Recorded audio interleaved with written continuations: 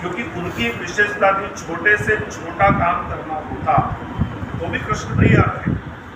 राजसूय यज्ञ हो रहा है युधिष्ठिर का, लोग भोजन कर रहे हैं, खाने पर सबका ध्यान है, परोसने पर ध्यान है, लेकिन जो जूठी पत्तले हैं उनको उठाने के लिए कोई तैयार नहीं हो रहा, क्योंकि वो छोटा काम है। कृष्ण ने वहां स्वयं को लगा दिया। वास्तविक कार्यकर्ता वही है जिसे कार्य बताना नहीं पड़ता। कृष्ण ने एक श्रेष्ठ कार्यकर्ता का उदाहरण दिया। उन्होंने वो पत्तलें उठाना शुरू कर दी। जब अवसर यह आया कि दुष्ट राक्षस है और उनको मारने कोई तैयार नहीं हो रहा, वो वहां पर स्वयं को प्रस्तुत कर रहे थे। जब परिवार को त्यागना है कंस को मारने के लिए, तो माता पिता को, परिवार को, प्रियजनों को छोड़ने में देर नहीं करते, तुरंत चल पड़ते। गाय चराना छोटे से छोटा काम है, कोई भी नौकर रख लेंगे, बड़े घर के लोग हैं, लेकिन उन्होंने कहा नहीं, गौ माता की सेवा हम खुद करेंगे। उन्होंने गौ सेवा का उदाहरण दिया, कंस का वध किया। बड़े से बड़ा काम क्या है? अरे पहाड़ उठा लिया उन्होंने। कृष्ण ने कहा मैं पहाड़ भी उठाऊंगा। जब परिस्थितियां ऐसी आएगी तब उन्होंने उंगली पर धारण किया। प्रवचन देना बड़ा असर है। हम लोग प्रवचनकार हैं, प्रवचन देते हैं। भाई साहब मेरे परामर्श दाता है, भाई साहब मेरे समर्थक रहे, सहयोगी रहे हमेशा, और तो प्रवचन देना मुझे लगता है कोई कठिन काम नहीं। लेकिन जो दिया है, एक तरफ सेना, एक तरफ 13 अक्षौहिणी सेना लड़ने को तैयार खड़ी है, और वहां बीच में गीता जैसा सिद्धांत कृष्ण ने उनको दिया। मुझे लगता है गीता हमने पढ़ ली है, गीता का ज्ञान अगर हमें है, तो फिर ये सारी उलझने, सारी समस्याएं इतनी बढ़िया शांत हो रही है। वहां तो कहा है कि धर्म का शत्रु अगर भाई है, वहां पर केवल दो बताए उन्होंने कृष्ण, एक है धर्म और एक है अधर्म। जो धर्म पर चलने वाला है उससे अगर हमारी नहीं बनती तो भी उसको मंथन करना है, और अधर्म पर चलने वाला अगर हमारा भाई है तो भी हमें उसका करना है। हमें लगता है तो बहुत अच्छा ईसाई है, ये तो बहुत अच्छा मुसलमान है। कई मुसलमान तो राम राम भी करते हैं, कई मुसलमान तो जय जगन्नाथ जी की भी बोलते हैं, क्योंकि वो संख्या में कम है ना। लेकिन जिस दिन उनकी संख्या बढ़ेगी उस दिन वो मानने वाले नहीं है, उस दिन उनको मारेंगे। बांग्लादेश की अभी घटना हम लोगों ने देखी है। एक व्यक्ति ने बड़ा सुंदर प्रश्न लिखा, पर उसका लंबे समय तक चला, अभी 12 दिन पहले ही। उसने लिखा था, एक बहुत बड़ी भीड़ हाथ में पता नहीं क्या शस्त्र लेकर आ रही है, गड़ा से है, हाथ में तलवारें हैं, लाठियां हैं। उसने प्रश्न किया है कि ये जो भीड़ आ रही है, ये भीड़ अगर आपके घर की ओर आ जाती है तो आपकी क्या तैयारी? प्रश्न ने लिखा कि अपने अपने हिसाब से आपको उत्तर देना है कि ये जो भीड़ आ रही है, ये अगर आपके घर आ जाती तो आपकी क्या तैयारी है? कोई जवाब नहीं दे पाया, कोई उत्तर नहीं दे पाया। भाई साहब ने बड़ा सुंदर विषय लिया था, शस्त्र वाला। तो एक सच्ची घटना आपको बताता हूँ मैं कि मध्य प्रदेश के अलीराजपुर जिले में जो जनजातीय बहुल जिला है, वहाँ पर मेरी रामकथा हो रही थी। रामकथा, भागवत कथा और शिव कथा, 3 कथाएं के। तो वहाँ राम कथा हो रही थी, तो वहाँ के जो पास्टर थे वो मिलने के लिए आए, 2-4 लोगों का समूह बना। उन्होंने कहा महाराज जी थोड़ा हम क्या करेंगे? मैंने कहा करिए। बोले आपके हिंदू धर्म में तो बहुत सारे देवता है। मैंने कहा बिल्कुल है। तो एक और बढ़ा लीजिए ना, क्या फर्क पड़ता है? आप तो चीटी में भी भगवान देखते हो, तो आपके इतने चित्र लगे हैं, उसमें एक चित्र यीशु भगवान का भी लगा लीजिए। आपके आश्रम को 50,000 रुपया डोनेट करेंगे। केवल एक चित्र लगाना है आपको अपनी सभा में, उसका हम आपको 50,000 रुपया डोनेट करेंगे। मैंने उनसे कहा कि भैया मुझे चित्र लगाने में कोई हर्ज नहीं है, हम तो, आप तो चीटी का कह रहे हैं, हम तो पेड़ में भी, पीपल में भी भगवान देखते हैं, तुलसी पौधा है गणेश जी को चढ़ा भगवान देखते हैं। एक भगवान और बढ़ जाए मुझे कोई हर्ज नहीं, लेकिन भगवान की जरूरत हमें कब है? जब हमको कोई परेशानी आए, कोई तकलीफ आए, तो भगवान को पुकारते, प्रभु हमारी रक्षा करो, प्रभु हमें बचाओ।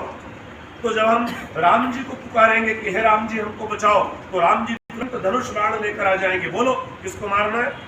दुर्गा मैया को पुकारेंगे, माता बचाओ, तो माता तुरंत तलवार लेकर आएगी। बोलो किसे मारना है? हनुमान जी को पुकारेंगे, हनुमान हमारी रक्षा करो, तो हनुमान जी गदा लेकर आ जाएंगे। लेकिन हम यीशु भगवान को पुकारेंगे, हे यीशु मसीह हमको बचाओ, भैया मेरे तो इस हाथ में भी कील ठुकी हुई है, इस हाथ में भी कील ठोक रखी है, पाँव में भी कील ठुकी है, मैं तो टंगा हुआ हूँ, खून निकल रहा है, मैं खुद मेरे काम नहीं कर पाया तो आप लोगों का कैसे कर पाऊंगा। तो इसलिए जो हमारे काम न आ सके ऐसा भगवान का ही काम का। बहुत सारे वहां पर आदिवासी बंधु थे, वो बोले बाबो सही कह रहे हो, बाबा बोलते महाराज, तो बाबो सही कह रहे हो। तो उस गांव में जो एक पुराना चर्च था, भाई साहब को मैंने वहाँ का पूरा बताया था गंभीरपुरा, तो वो चर्च उन्होंने तोड़ करके वहाँ पर राम जी का मंदिर बना दिया। पूरा गांव ईसाई, पूरा गांव हिंदू गांव है। तो ऐसे कई गांव के गांव परिवर्तित हुए कथा के माध्यम से। और ऐसा नहीं है कि हम मध्य प्रदेश में रहते हैं तो उड़ीसा की हमें चिंता नहीं, बंगाल की चिंता नहीं, हम सब भारतवासी हैं और समूचे देश के लिए सोचना हमारा होना चाहिए मन में, ऐसा भाव। छोटी छोटी बातें, मैं 2 मिनट और विषय लूंगा, उसके बाद अपनी बात को समाप्त करूंगा। पूरा वतन हमारे तन में बसता है, देश हमारा, मेरी बातें तो प्रयोगात्मक होती है, आप देखिएगा। कभी आप ऐसे कमर पर हाथ रखकर धूप में खड़े होना, जहाँ धूप हो ना, धूप तड़का बोलते हैं हमारे, धूप जो होती है, ऐसे दोनों हाथ कमर पर रखकर आप खड़े रहेंगे तो जो हमारी परछाई बनती है ना, छाया, वो है भारत का मानचित्र। ये जो पांव के अंगूठे हैं हमारे, ये है कन्याकुमारी। एक तरफ का जो पांव है ये है मलाबार तट, केरल, गोवा और महाराष्ट्र। एक तरफ का जो पैर है ये है आंध्र प्रदेश, उड़ीसा। एक तरफ का जो हाथ है त्रिपुरा, मणिपुर, नागालैंड, असम और अरुणाचल प्रदेश। एक तरफ का जो ये ऐसे ही हाथ बन रहा है गुजरात, राजस्थान, पंजाब, हरियाणा, हिमाचल प्रदेश, और ये बीच में है मध्य प्रदेश। क्या है बीच में? ये फूला फूला सा, मोटा मोटा सा बोलिए ना, मध्य प्रदेश। और इसके ऊपर जो ये धड़कता है ना, धक धक दिल, ये है दिल्ली। और ये जो माथा है ना, ये है जम्मू कश्मीर। ये माथा, लंबे समय से इस भारत को सरदर्द हो रहा था, तो एक आया, डॉक्टर तो नहीं था, चाय वाला था, पर वो आया और उसने ऐसी गोली खिलाई कि सरदर्द खत्म हो गया, धारा 370 हट गई। तो ऐसे ही अब आप विचार करिए कि हम तो मध्य प्रदेश में रहते, आप उड़ीसा में रहते, अब इस जम्मू कश्मीर में अगर कोई जूते मारे भटा भट तो दर्द नहीं होगा, मध्य प्रदेश को नहीं दुखेगा। इधर आसाम में कोई चिमटियां फोड़े तो क्या उड़ीसा को दर्द नहीं है, मध्य प्रदेश को दर्द नहीं। इधर पंजाब में कोई लठ मारे तो क्या मध्य प्रदेश को दुख नहीं होगा। कल्पना कीजिए अगर कन्याकुमारी में कांटा चुभ जाए तो पूरा भारत लड़खड़ा करके चलता है, और अगर मध्य प्रदेश कुछ उल्टा सीधा खाकर सो जाए ना तो पूरा हिंदुस्तान गुरुड़ गुरुड़ करके सारी रात करवटें बदलता है। पूरा वतन हमारे तन में बसा है, और हमें अब ये समझना है कि केवल भारत ही हमारे पास बचा है। इसलिए अगर आप भारत नहीं बचा पाए, जहां पर हिंदू घटता है, अभी एक बहुत सुंदर विषय आया था, हमारे यहाँ लड़ाई हो गई, अभी सबनगर तिरंगा अभियान था, तो हमने भी आश्रम पर तिरंगा लगाया। तो वो एक कुछ लोग आए विद्यालय से, बोले जो आपका भगवा ध्वज है, इससे तिरंगा थोड़ा ऊंचा रखिए, तिरंगा राष्ट्र ध्वज। मैंने उनसे कहा कि दादा रे, जहाँ ये भगवा उड़ रहा है वही तेरा तिरंगा सुरक्षित है, जहाँ भगवा नहीं है ना, जहाँ हरा ही हरा वहाँ तिरंगा लगा कर देख, तुझे पता चल जाएगा कि तिरंगा कहाँ सुरक्षित है और संविधान कहाँ सुरक्षित है। तो संविधान की दुहाई देते हैं, उनको समझना चाहिए कि भगवान जहाँ पर सुरक्षित है वहीं पर धर्म बच रहा है, बाकी धर्म बचने वाला नहीं है। चाहे हिंदू घटता है। एक छोटी सी बात और बतानी है, एक पुजारियों की बैठक हमने की, तहसील स्तर का वो कार्यक्रम था, उसमें लगभग 150 पुजारी आए। पुजारी बैठक है, पुजारियों ने सोचा अपनी समस्याएं बताएंगे, आरएसएस वाले आ रहे, धर्म जागरण वाले आ रहे, वो बताने लगे। मैंने कहा रुकिए रुकिए, हम आपकी समस्या सुनने नहीं आए, हम अपनी समस्या बताने आपको आए। कितने लोग आते हैं मंदिर में आरती में? बोले बाबा जी कोई 5 आ जाते हैं, कोई 2 आ जाते हैं। गांव में मस्जिद है? बोले हाँ है। मैंने कहा वहां देखना शुक्रवार को कितने जाते हैं नमाज पढ़ने? बोले वहां तो पूरी भीड़ जाती महाराज, 50 लोग 60 लोग, और कभी कभी तो शुक्रवार को संख्या ज्यादा भी हो जाती है। रविवार को चर्च में कितने जाते हैं? बोले बहुत सारे लोग जाते हैं। तो मंदिर में क्यों नहीं आते? यहाँ पर आप फेल हो रहे हो। 100-200 मुसलमानों पर एक मौलवी होता है जो उनको प्रेरित करता है, 100-200 ईसाइयों पर एक पादरी होता है जो उनको प्रेरित करता है। तो ऐसे ही 100-200 हिंदुओं पर एक पुजारी भी तो है जो उनको मंदिर धर्म जागरण के केंद्र है, वहाँ हमारी आस्था बढ़ती है। तो अधिक से अधिक लोगों को मंदिर तक लाएं। ये कर्तव्य क्या पुजारी का नहीं होना चाहिए?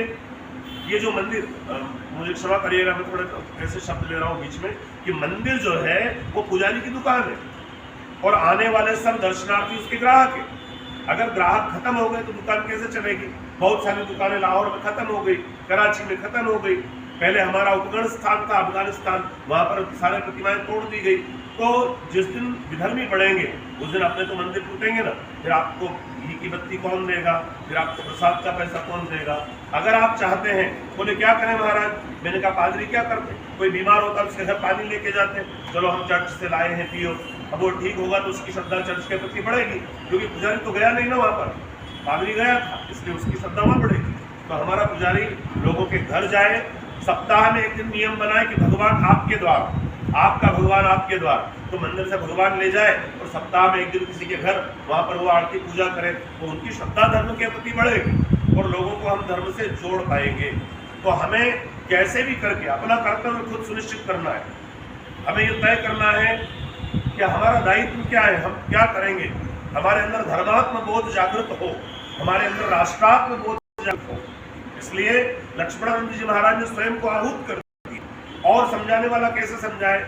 मर कर भी नहीं समझा पाएंगे क्या? तो हमें लक्ष्मणानंद जी के जीवन से ये प्रेरणा लेनी है कि हम अपने गांव को, अपने मोहल्ले को ईसाई मुक्त करेंगे, मुस्लिम मुक्त करेंगे। और केवल हमारा जो उद्देश्य है वो हिंदू राष्ट्र का निर्माण नहीं है। केवल हिंदू राष्ट्र का निर्माण करके भारत हिंदू राष्ट्र तो है, इसी आधार पर द्विराष्ट्र सिद्धांत बना था कि भारत हिंदू राष्ट्र है और पाकिस्तान मुस्लिम राष्ट्र, इस आधार पर बना। अभी 3 राज्य ईसाई बहुल हो गए।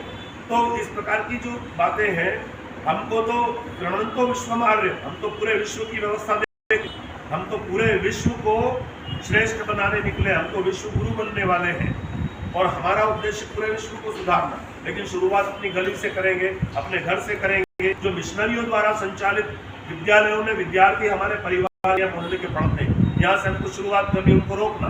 उनको पैसा तो हम ही दे रहे हैं ना। जो हमारे लोग मजारों पर माथा टेकाते हैं सारे मंदिरों को छोड़ करके, उनको रोकना, क्योंकि वहां पर हम चढ़ोतरी दे रहे हैं तो आतंकवादियों को पैसा तो हम दे रहे हैं ना। तो हमारा समाज हम सुदृढ़ हो जाए तो फिर हम दूसरों पर हमला करने में बड़े सहज होंगे, सरल होंगे। नहीं तो मंगल पांडे जैसे लोग अगर जल्दबाजी करके और शुरुआत कर भी देंगे क्रांति की तो भी सफलता मिलने वाली नहीं है। 90 साल और लगेंगे 47 तक पहुंचने के। इसलिए ये आज़ादी का महीना है। 15 अगस्त को भारत स्वतंत्र हुआ और एक आज़ादी और हमें चाहिए, वो है इन कुत्सित मानसिकता वाले लोगों से आज़ादी। इतने लोगों को मार करके भगाना संभव नहीं, ये करोड़ों लोग हो गए। इसलिए हम चाहते हैं कि इनको फिर से हम याद दिलाएं कि आप इसी भारत माता की संतान हो, आप हमारे भाई हो और हमारे दरवाजे आपके लिए खुले हैं। मध्य अभी मालवा प्रांत में तो मुसलमानों की 190 परिवारों की जिले में घर वापसी करवा कर आया हो, मुसलमान थे वो, लेकिन उनके हमने वो ढूंढ लिए, वो उनके वंशावली लेकर। आपके दादाजी तो हिंदू थे, आप जबरदस्ती, आप पर अत्याचार करने वाला और मेरे बाप दादा पर अत्याचार करने वाला दोनों एक ही व्यक्ति थे, लेकिन अत्याचार सहकर भी मेरे बाप दादा मुस्लिम नहीं बने पर आपके बन गए। तो आप वापस आ जाओ, हम आपका द्वार खोल करके स्वागत करते हैं। 190 परिवार शासकीय देवास जिला और कन्नौज जिला संघ की दृष्टि से उसमें भी आए हैं पिछली 24 जनवरी। तो कहने का आशय है कि अगर हम प्रयास करेंगे ना तो सफलता बहुत अच्छे से मिलने वाली है। पूज्य महाराज जी के, लक्ष्मण जी महाराज के श्री चरणों में वंदन करते हुए, यहाँ पर उपस्थित मेरे वरिष्ठ अधिकारियों को वंदन करते हुए मैं अपनी वाणी को विराम देता हूँ। एक बार बोलिए प्रेम से भारत माता की जय।